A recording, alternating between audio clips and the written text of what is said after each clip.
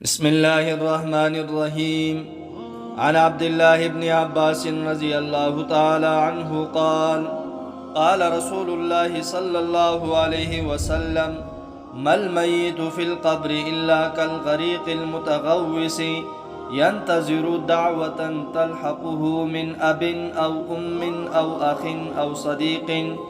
فإذا لحقته كان أحب إليه من الدنيا وما فيها. وإن الله تعالى ليدخل على أهل القبور من دعاء أهل الأرض أمثال الجبال. وإن هديت الأحياء إلى الأموات الاستغفار لهم. عن عبد الله بن عباس رضی اللہ تعالی عنہ قال، حضرت عبداللہ بن عباس رضی اللہ تعالی عنہ سے روایت ہے، قال فرماتے ہیں، قال رسول اللہ صلی اللہ علیہ وسلم، امام الانبیاء، سرتاج الانبیاء، فخر الانبیاء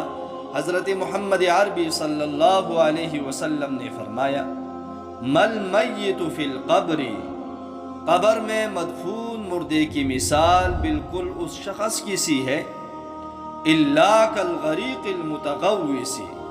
جو دریا میں ڈوب رہا ہو اور مدد کے لیے چیخ و پکار کر رہا ہو،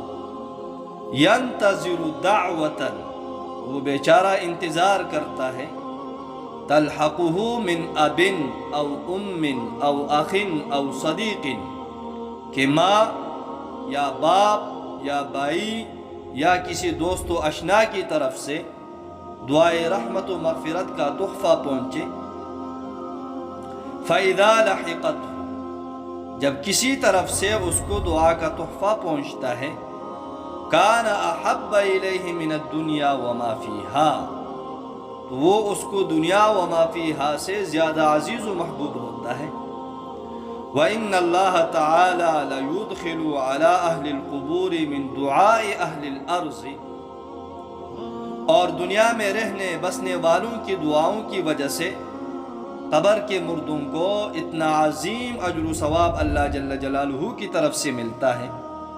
امثال الجبال، جس کی مثال پہاڑوں سے دی جا سکتی ہے۔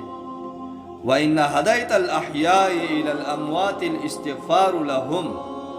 اور مردوں کے لیے زندوں کا خاص ہدیہ ان کے لیے دعائے مغفرت ہے۔